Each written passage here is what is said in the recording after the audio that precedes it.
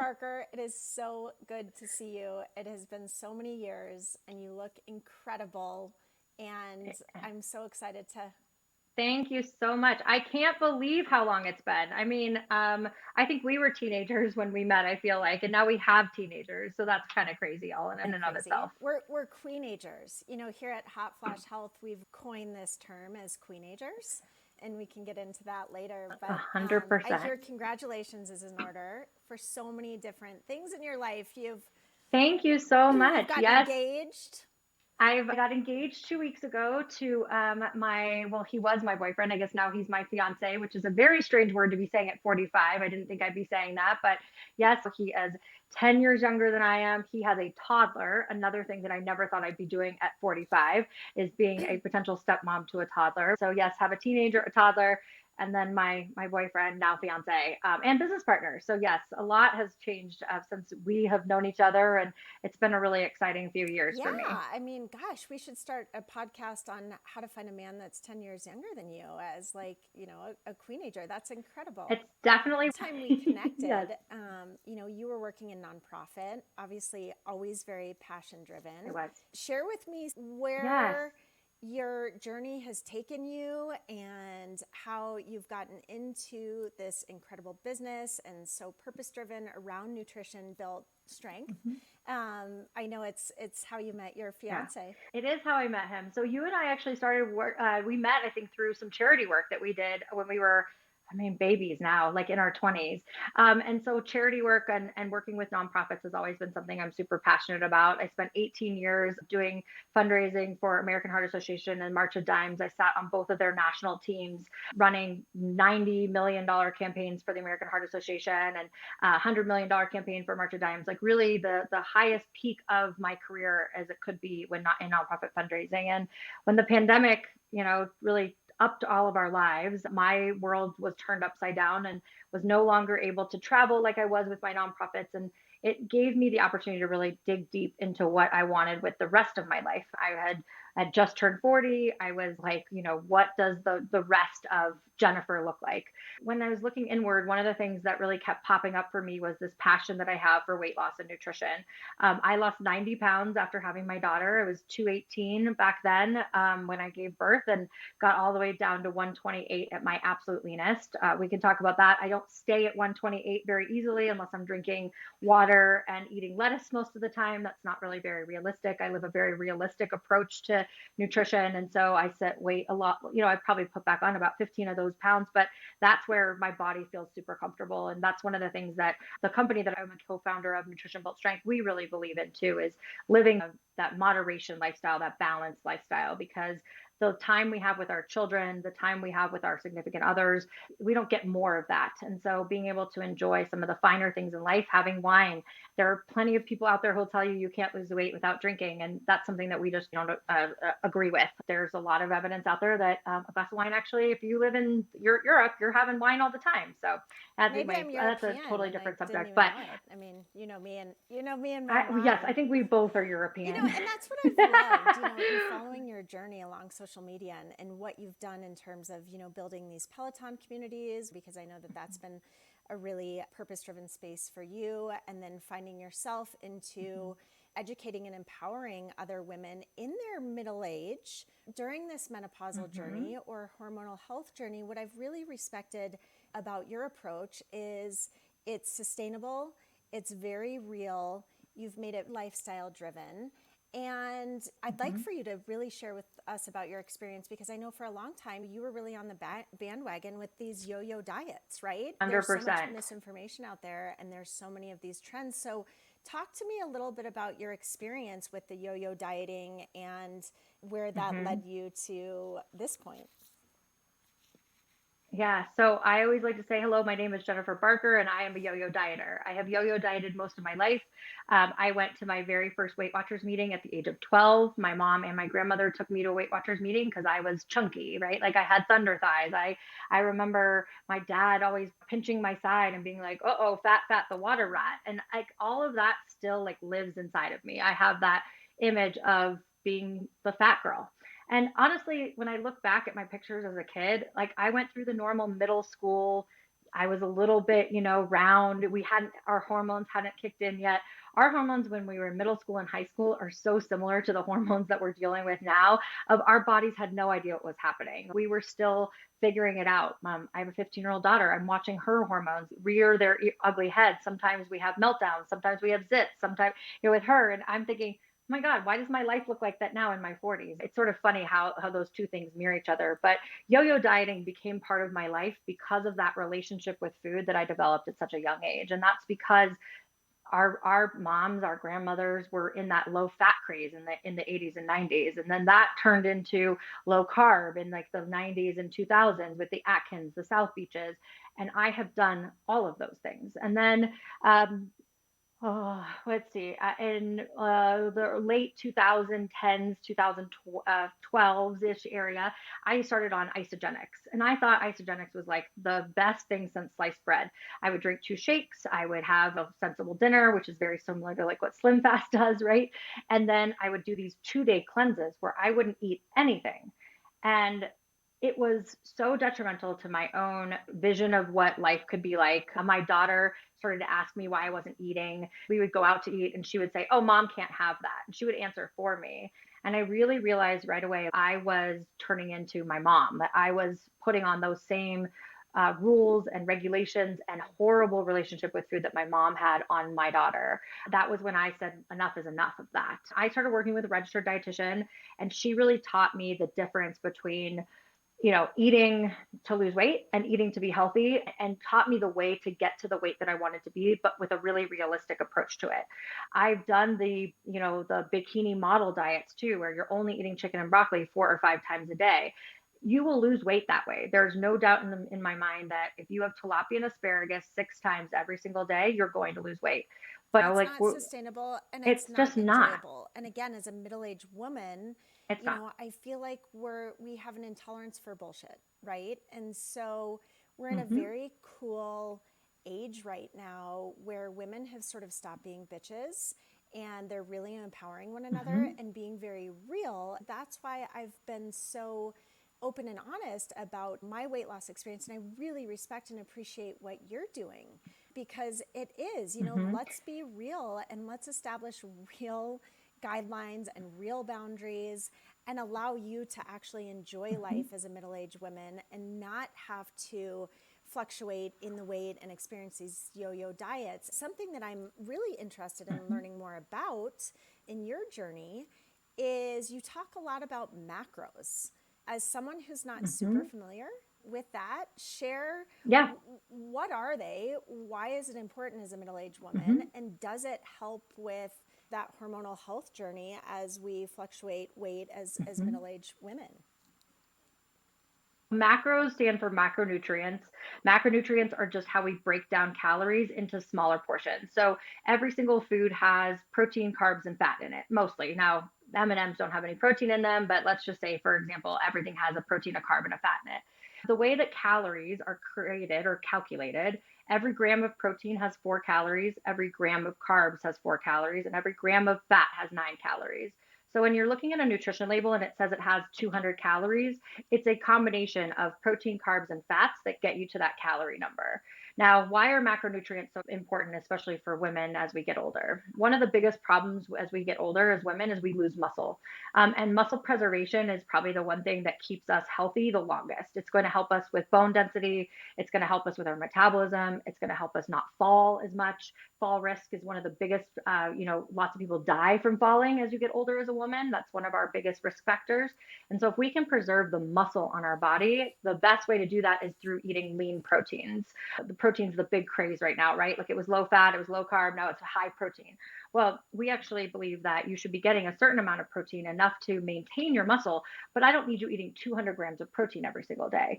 We like to see a really balance of your proteins, your fats, and your carbs. Our registered dietitians recommend that you get about 35% of your calories from protein, 35% of your calories from your carbs, and 30% from fat. And what's great about that is then you can have much more of a control over the calories that you're eating. We do things a little bit differently at Nutrition Built Strength, where we want you to only be worried about your macros Monday through Friday. On the weekends, I don't care what you're doing. If you want to do croissants and mimosas all day on Saturday, we want you to be within reason. So we give you a calorie total to hit on those days, but we don't care about what your macros look like. And so that gives you the opportunity to take your foot off the gas just a little bit over the weekend and then get right back on program on Monday. So macros give you kind of the guidelines to work within.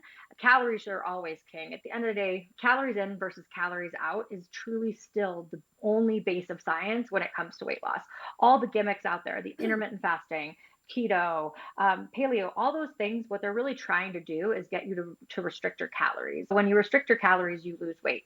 Now, the other problem with the diet industry and what has worked for us in our 20s and 30s was restricting our calories down so far, say doing 1,000 calories, doing 1,200 calories, that your body loses weight.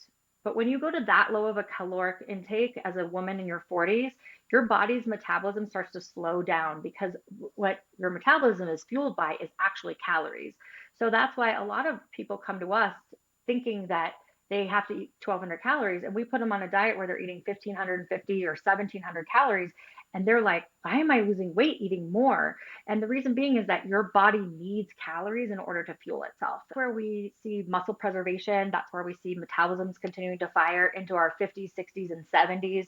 The loss of muscle tone is where we see that really shift. And so that's why protein in particular from a macro standpoint is really a priority for people in their This 40s and makes 60s. so much sense. It's why aren't more people talking about this? Or is it that you're just a unicorn in sort of the fitness and nutrition industry when it comes to menopause? Definitely not a unicorn. What I would say is that this a lot of this science came from the bodybuilding industry, right? Like bodybuilders know that in order to preserve their muscle, they had to have a certain amount of protein. And so that's been in that world for a very long time. The diet industry lives off of fads. The fact that there were all the snack Mm-hmm. wells, the fat-free cookies, the Olestra chips that made everybody have massive diarrhea. Like all of those things were products that were based upon a gimmick. And this isn't a gimmick. This is really truly the science of weight loss or the science of nutrition. We always tell people is that weight loss should never be your goal. Your goal should be to learn how to maintain your weight. Because if you can maintain your weight, that's where you want to get to.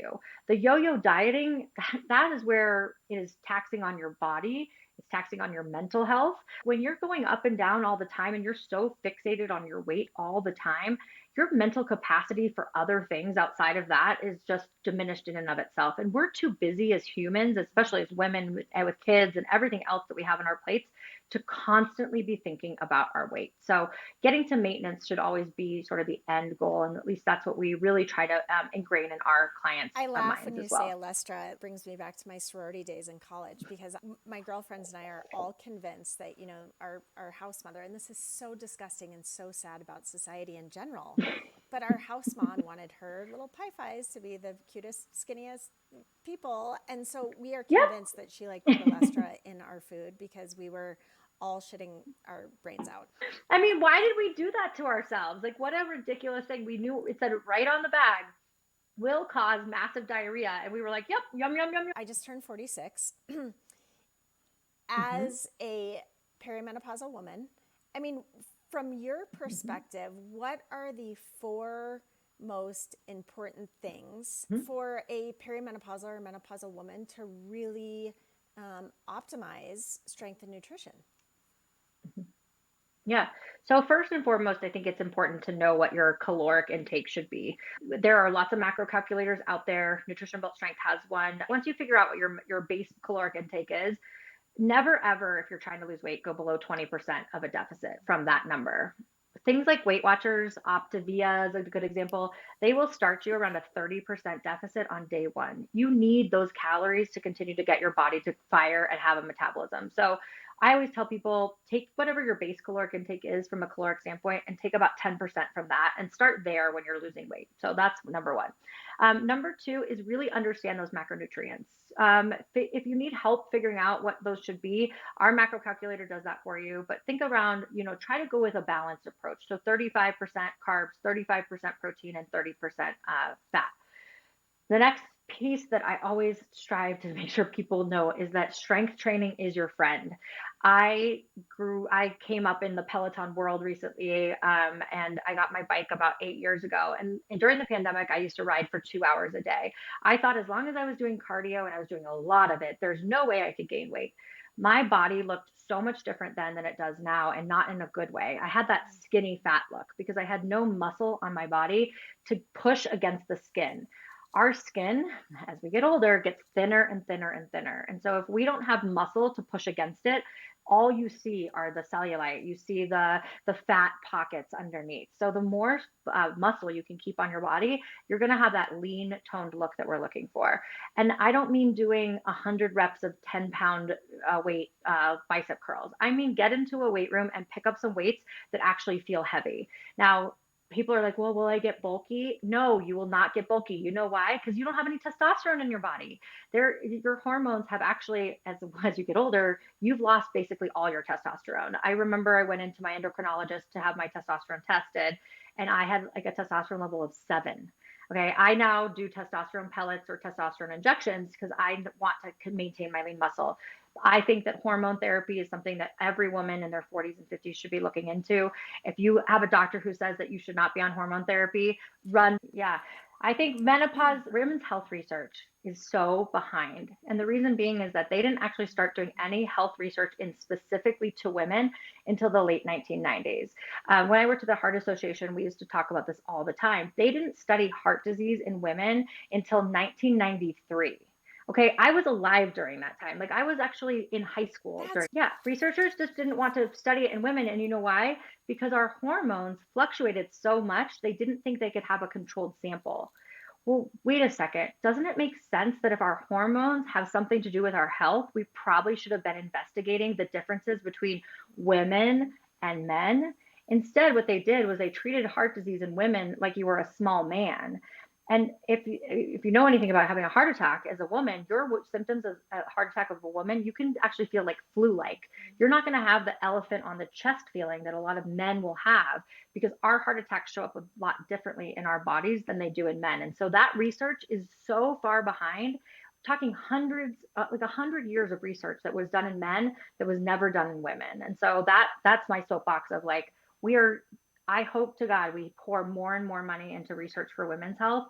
I recently was looking at some statistics around Oh, erectile girl, don't dysfunction. even get me started. So I am there, so, talk about soapbox. This pisses me off more than anything. You know, a man can go to yes, the doctor because his penis is falling down or can't get it up or whatever. right, It's covered by insurance. A yeah, woman goes with similar sort of issues, whether it pertains to sexual wellness or, you know, hmm testosterone therapy or HRT. And guess what?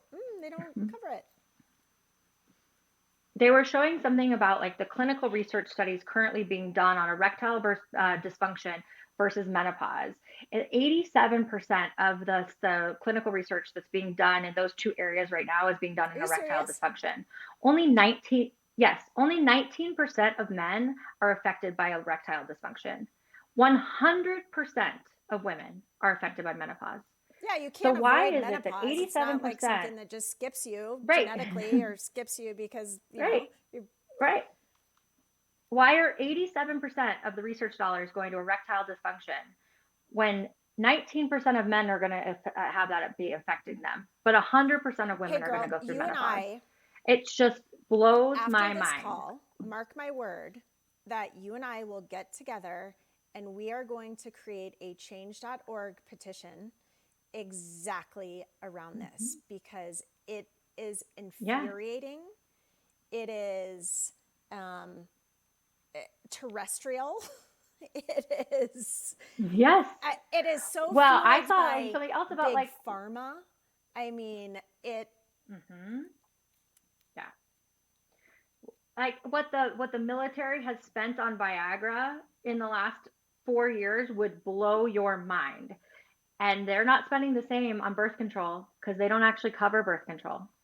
So like things like that just make me like I go insane. Anyway, so we go back to the four things. So we talked about your calorie intake, your macros, strength training. Pick up things that are super heavy. You're not going to get bulky. You're not going to get bulky. Think about when you carried your little Oh, I kids was around all over ripped. the house, right? You had like your 3-year-old on Mm-hmm. one side, your newborn on this side. You were probably carrying 50 pounds of weight around. Don't be afraid to pick up big weights. You're not going to all of a sudden get these giant muscles that make you feel like you don't look like a woman anymore. It's just not possible. You don't have the physiological ability to do that. And then a few other that are super simple and they seem so crazy, but stress reduction. Stress causes cortisol, and cortisol is one of those things, and especially as we get older, is just going to add on that menopausal belly. It's going to cause that visceral fat that so many of us are like, why do I feel so squishy in the middle right now? That's caused by cortisol and really adding on all of that stress hormone. And stress reduction is hard. Like who doesn't have a stressful life? Finding things like meditation, reading, getting off of fucking social media. I'm sorry, as somebody who's on social media all the time, I still think we all need to put it away every once in a while. Finding things that you enjoy, getting outside, all ways Finding to a reduce stress fiance that that's are, 10 years younger. yeah, He's that super doesn't hurt hot at all. too. So, He is so he's so hot. hot. He's so lucky to have you. And that's I actually I know he's been gone for go, two nights and I'm like, come home. Then lastly is sleep, like create a sleep routine, get to bed at a reasonable hour. It gets harder and harder to sleep as we get older. If you're having trouble sleep, look at a magnesium supplement, look at ashwagandha. Those are also help with that stress reduction too. Talk to somebody who's an expert. If you don't know where to get started, there are lots of resources out there. And I'm not talking about the 20-year-old Instagram star who tells you that she can fix your hormonal health, because that's the double. well, Yeah. and that's what we want to do here at Hot Flash Health. We want to create education, empowerment, entertainment, and be real. Help women find solutions, help them find resources, help open up conversations around vulnerability. It's interesting because as I sit Mm-hmm. around with, and I'm so blessed to have amazing girlfriends, as we sit Mm-hmm. around and have wine together, coffee together, whatever it may be, menopause and aging right now as a middle-aged female is absolutely the number one topic. And it's funny that you bring up the menopause belly, because that is the number one Mm-hmm. thing that all of my girlfriends and myself are complaining about. So you're suggesting that Yeah. reducing your stress, focusing more on muscle Mm-hmm. mass, taking into consideration the macros, those are things that will help the menopause belly? Yes, getting your nutrition in order is always. Nutrition is the cornerstone to everything. What you're putting in your body really does matter. A lot of people will villainize certain foods, like just try to have a balanced diet. That's number one. Number two is, yes, that's stress reduction. We see so many of our clients who come to us because they have that softening in their belly. Lots of research shows that that visceral fat, that softer piece of you, is coming from stress, and your body's holding on to it because it's trying to protect you. Well, it doesn't feel very protective. One of the things that we do at Nutrition Built Strength, in addition to your weight, when we measure you on a weekly basis, is we talk about your waistline, because your waistline is a really good indicator of a number of things, but your heart disease risk. The bigger around you are as an individual, the higher risk you are for having a heart disease related illness. So I, Expanding. I loved Yeah. your You love my I social love media the piece 7 inches. about Yes, seven I loved inches. it. And no, ladies, we're Yeah. not talking about the 7 inches that Jennifer Barker may be experiencing. Not the 7 inches that you're hoping to get tonight. This is the 7 inches around your belly. The more we can reduce your waistline, your jeans are going to fit better. Of course, there's all that, like, the good parts, but that's also about how your heart as a muscle is working better as well. That's amazing. So, very Yeah. controversial topic, Hmm. semaglutide, however you pronounce it. Yes. I am unapologetically a huge fan of it because I hate exercise. I'm probably your worst nightmare. I hate exercise. I hate eating healthy. And I really just wanted to lose 15 or 20 pounds to reset my health. And Hmm. as I say, I hate exercise and I hate Hmm. eating healthy. That's not entirely true, because as I've lost the weight with semaglutide, I've had more confidence. I've felt more driven to go to the gym. I am more invested in my health. However, it can be very controversial. I'd love to hear your opinion as a Hmm. nutritionist, as someone who specializes in hormonal health and diet and exercise, one, what your opinion is around this, and Hmm. two, how this plays into muscle loss, and if in fact the after effects of semaglutide are loss of muscle. Is that true? Is that not true? Hmm. Talk to me all Yeah. about that. I love this topic because I think there are a lot of people in my industry, in the fitness, health, and wellness industry, that are terrified of semaglutide. They think it's going to take away all their clients, and we're not going to have anybody to work with anymore. And what we've actually found is kind of the opposite for a couple of reasons. I think there are a lot of people out there who don't want to be on drugs, and they've decided that that's not the route that they want to take. I have been pretty open about the fact that I also tried semaglutide. I had some vanity 10 pounds that I wanted to lose last summer. We were going to Vegas and I was like, I want to look hot in my bikini. And so I tried it. I had a friend of mine who's a physician assistant who reached out to me and had seen that I was sort of struggling a little bit with my weight last summer. And she was like, hey, she's like, I can send you a vial if you want it. And I was like, sure, why not? Got on about a 10-minute phone call with one of her assistants.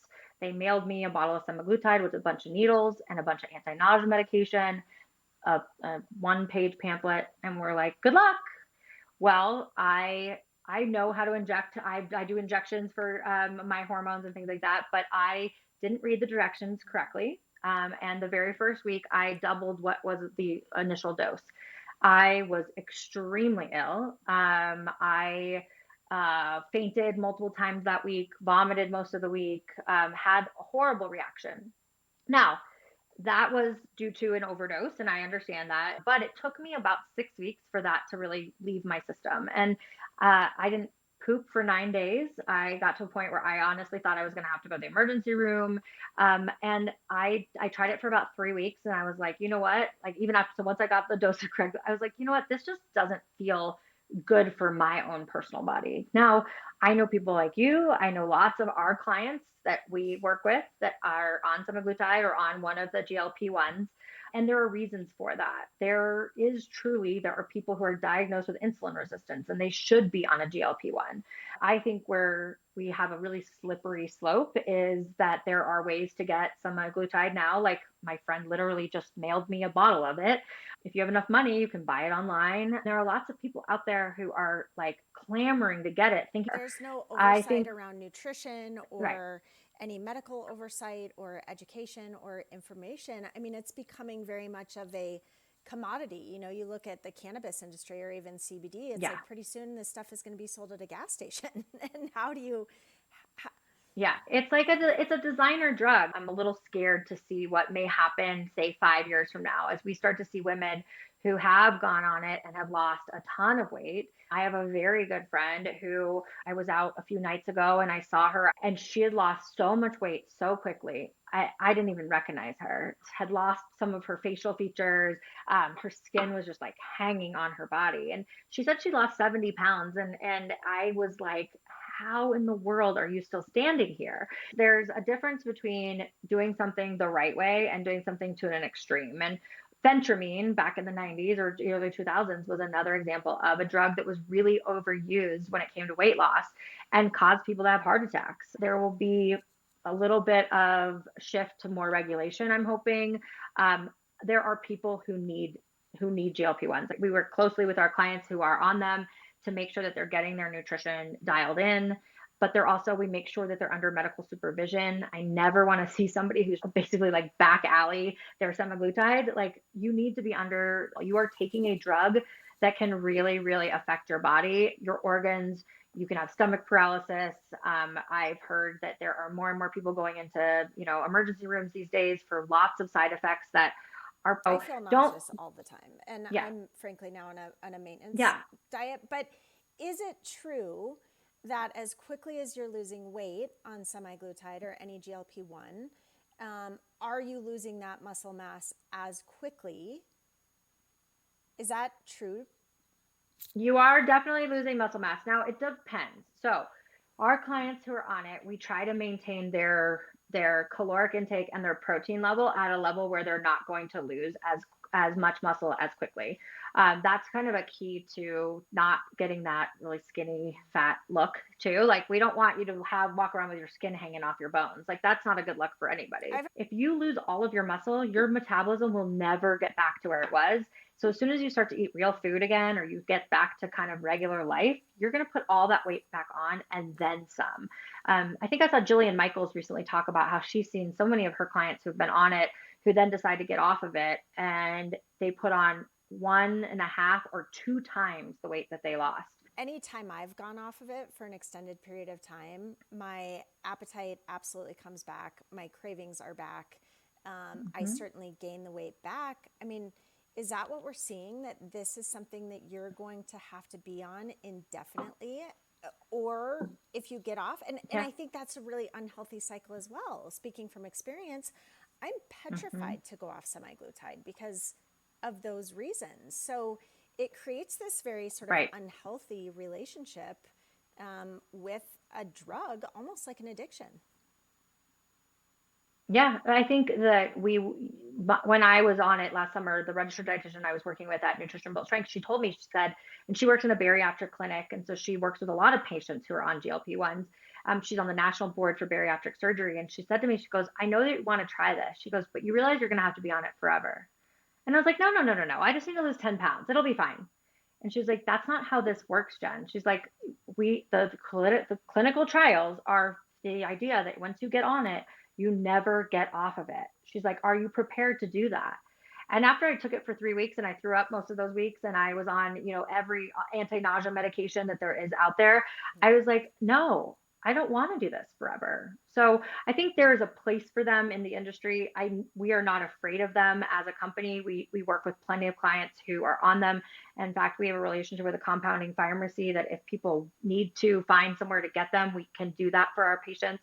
It's a Something. fine balance, right? And that's what is so Yeah. admirable about what you and Bradley are doing with Nutrition Built Strength. I am such a huge believer. You've almost like changed my mind in exercise and certainly strength training. I would be honored Yes. to, help you share with our listeners, our audience, our community as to how they can find you, what they will receive. Love it that Hmm. you're embracing the queenager. You're embracing that aging female and really helping them find a sustainable, real program built around nutrition and strength that fits within a busy woman's lifestyle.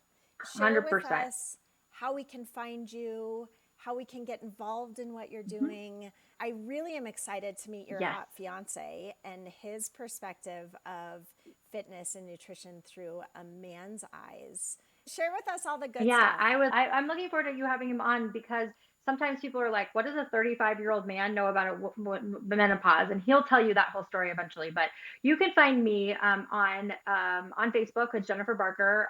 It's Jennifer Barker 15 if you need to look it up. And then on Instagram, I'm one blonde bombshell, no vowels. So it's one BLNDBMBSHLL. Our company is Nutrition Built Strength. Our Instagram handle for that is Nutrition Built Strength, so that's easy. And then we also have a free Facebook group. It's called Nutrition Built Strength. You can look it up on Facebook. That is where we have a ton of free resources. If you go to Nutrition Built Strength, you can get your macros calculated for free. We have weekly Q&As with our registered dietitians. So if you have a question about macros, you have a question about menopause, you have a question about is this protein shake good for me? Things like that. You can ask all of our registered dietitians questions. We do a weekly recipe post in there. So we have lots of recipe shares. We have a personal trainer and a physical therapist in that group too. So if you have questions about how to do better strength training or if there's an ailment that you have, we have a physical therapist that does fitness Fridays on Fridays with us. We would love to have you as part of our community. You can also check out our website at And you nutritionbuiltstrength.com. guys will serve anyone. So this can be virtual, even outside of Denver. Anyone. And we can see you. Yeah. We actually are worldwide. We have clients all over the world. One of our registered dietitians actually lives in Patagonia, Argentina. We are all virtual, so you don't have to meet us in person. We would do a phone consultation, get to know you a little bit better, see if we're a good fit. If you like what we do and we think we can help you, we will figure out what the next steps look That's so like from there. incredible. And we have you and your hot fiance and your incredible business featured on the Hot Flash Health website. So And we're so excited Yes, to have more conversations. I mean, you and I have just scratched the surface today. I am 100%. 1000% calling you on this change.org, and you and I are going to go after this topic because with the blonde bombshell and, my abrasive and somewhat offensive and, go-to mentality, I feel like you and I can make a change along with, everyone else who's wanting to see the same. Yeah, I think more research, more dollars. We women, we deserve it. There's no reason why women shouldn't have equal opportunity in research, if not more, because we are the ones who gave birth to all these people on Earth. So why not take care of us women as we continue to age and become the queen agers I that we mean, you all are are? aging so gracefully. So if I can Thank do the you. same and help share your secret with other women, it's certainly. I think humor is part of it. Us, you and I both, we have a little sense of humor that keeps us alive and keeps us ticking. There's no reason to take each other so seriously. And hey, be kind to the other women out there. You never know what anybody's struggling with. I think all of us can be bitches from time to time, especially on social media. Stop doing that. Like, that's the other, like, just be nice to people. There's no reason to fire off some nasty comment to anybody. Please remember that you don't know what they're dealing with at home. Things could be awful. Kind to each other. That's such an important message, and thank you. It was so good to see you. I'm Yeah. so happy for all of the incredible things that are happening in your life. Thank you for empowering, Thanks. educating, entertaining women all throughout the world that are going through this hormonal health journey because, as you said, we can't avoid it, right? Menopause is coming, whether it's here or. We can't. It's happening for all of us. The menopause monster is under the bed. We just don't know when Oh he's my coming gosh. out. So Thank you so much. It was so great to see you. I adore you. I can't wait thanks. to get you I on adore you too. again. And thank you. Mwah, mwah, mwah. Good. Have a wonderful day. Thank Of you for having course. me.